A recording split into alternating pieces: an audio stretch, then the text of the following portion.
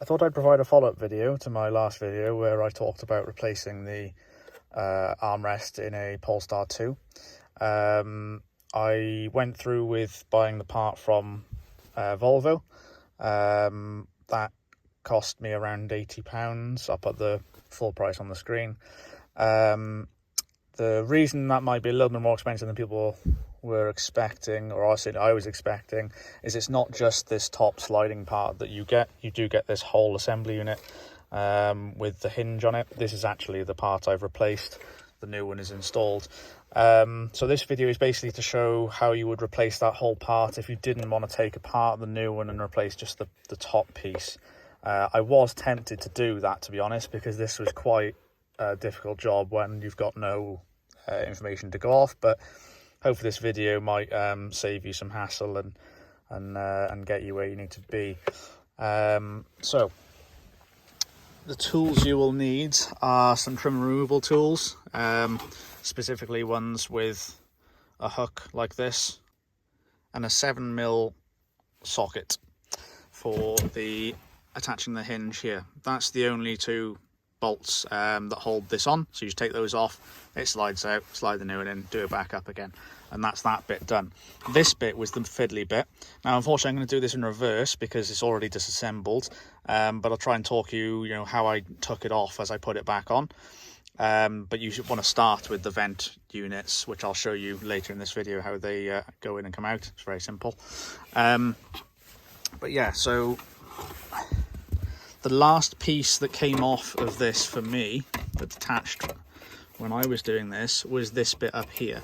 So unfortunately these clips have broken. They seem to be rather destructive though. I can't see a way that you would get them off without breaking them.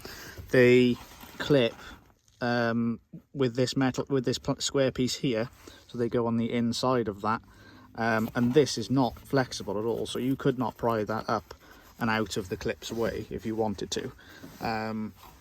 So it seems like that's just, unfortunately, I suspect this part went on afterwards and that's how that goes together.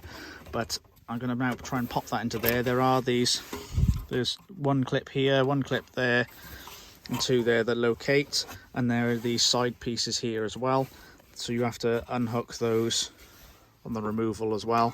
And as you can see, they locate into square holes down there like that. But you want to get this top piece on first, I think, because that came off last. So again, these two go into those there, which is actually part of the bracket that you replace. Trying to see if there's any reason why they can't push in.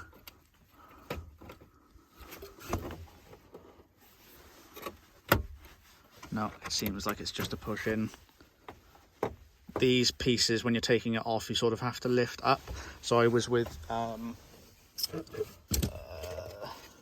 think I ended up using this tool, but not the hook end.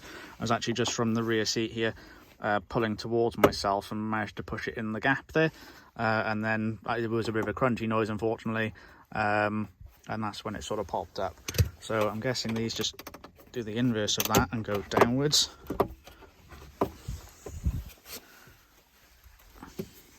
Like so. Seems about right. I suspect that will locate better once the bottom's in, because the bottom's quite far out now. So we'll start with the bottom now. Again, those clips are lined up. They're lined up, so I think it just needs a bit of a shove. Yeah. Okay. Okay, so there's obviously something locating on the side here as well. That needs to go on the inside of, and that's why that wasn't fitting properly. Sorry if you can't see much, it's difficult one-handed. Yeah, that seems to be basically that. There's almost no gap there now, which you will be able to see better than I. Can't get my fingernail in there, so that's located back properly. Yeah, that's pushed in there. These don't secure, pointing up, look, these don't secure much at all, these two. It was this part that I was struggling with, so I was trying to use pliers and squeeze against the metal here and push the pin out. That didn't really work. It was these bits up here that needed that lifting up to come over that. that bit there, and unfortunately it just destroys those clips, but I can't see any reason why you'd need those clips. There's nothing there securing. Yeah, so yeah, that's that all back. So to get to this position, you need to remove these, which is as simple as prying them out, really. He says as he tries to get them back in.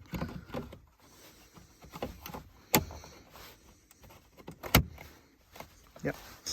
So I think I started here with probably this tool again, I think, where I literally just pushed that into there. I'll probably do what I'll do for you now because it was pretty simple. And yeah, it basically just popped up like that, look, and then you can just pry the whole thing out and it just basically falls out. So that's how you start. Yeah, I think that's basically it. That gets you in a way to replace the whole hinge, etc. Didn't take me long once I figured this out. Again, so I didn't say about the bottom, so sorry, this video's all over the place. I started prying the bottom out by using this. I wonder if maybe you just start with these. This might all just come apart. It went together very easily then. Didn't seem like I needed to, like everything clicked very securely.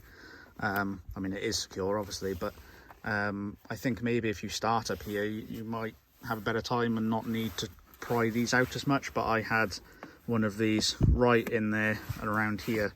I actually used two in the end, and I didn't want to put too much force on this because if this did go, I didn't want to snap anything up here.